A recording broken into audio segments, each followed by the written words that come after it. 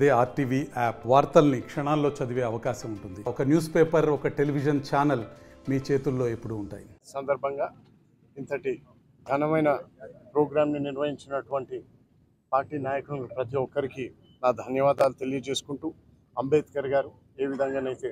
ఉన్నత విలువలతో కూడినటువంటి జీవితాన్ని గడిపి మన రాజ్యాంగాన్ని రచించి దళితుల్ని, బడుగు బలహీన వర్గాల్ని కాపాడుకునేందుకు ఇన్నేళ్లుగా మన రాజ్యాంగంలో పొందుపరిచినందుకు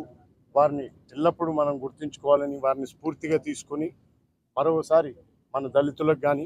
మన ఎస్టీలకు కానీ, బడుగు బలహీన వర్గాలకు ప్రతి ఒక్కరికి న్యాయం జరిగేందుకు కాంగ్రెస్ పార్టీ మరియు ఈ దేశంలో పుట్టిన ప్రతి ఒక్క సిటిజన్ కూడా వారికి తమ వంతు కృషి చేయాలని ఆ భగవంతుని రాజ్యాంగ నిర్మాత,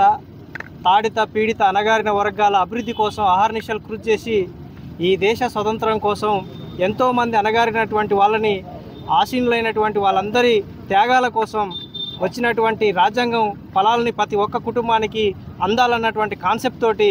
ఆ రాజ్యాంగ ఫలాల్ని కూడా ఈ నియోజకవర్గంలో ప్రతి ఇంటి బిడ్డకు కూడా అందాలన్న ఒక ఎమ్మెల్యే గారి ఆశయ సాధన కోసం, ఎమ్మెల్యే గారి యొక్క కృషి కోసం ఇలా అంబేద్కర్ గారి 134వ జయంతి ఉత్సవాలు ఘనంగా జరుపుకోవడం చాలా హర్షించదగ్గటువంటి విషయం. ఈ విషయంలో పాల్గొన్నటువంటి ప్రతి ఒక్క నాయకులకి, కార్యకర్తలకి, అందరికీ కూడా దళిత సంఘాల పక్షాన, అనుమల మండలి కమిటీ పక్షాన మీ అందరికీ కూడా పేరు పేరున ధన్యవాదాలు తెలియజేస్తా ఉన్నాం. ముఖ్యంగా ఈ కార్యక్రమానికి వచ్చినటువంటి ఎమ్మెల్యే గారికి, అదేవిధంగా చైర్మన్ గారికి, వైస్ చైర్మన్ గారికి, ఇదే విధంగా వివిధ హోదాలలో పనిచేస్తున్నటువంటి ప్రతి ఒక్క కార్యకర్తకు కూడా పేరు పేరున ధన్యవాదాలు తెలియజేస్తా ఉన్నాం. మరిన్ని వీడియోస్ కోసం ఛానల్ ని సబ్స్క్రైబ్ చేయండి, లేటెస్ట్ అప్డేట్స్ కోసం వాట్సాప్ ఛానల్ ని ఫాలో చేయండి అండ్ లింక్ డిస్క్రిప్షన్ లో ఉంది.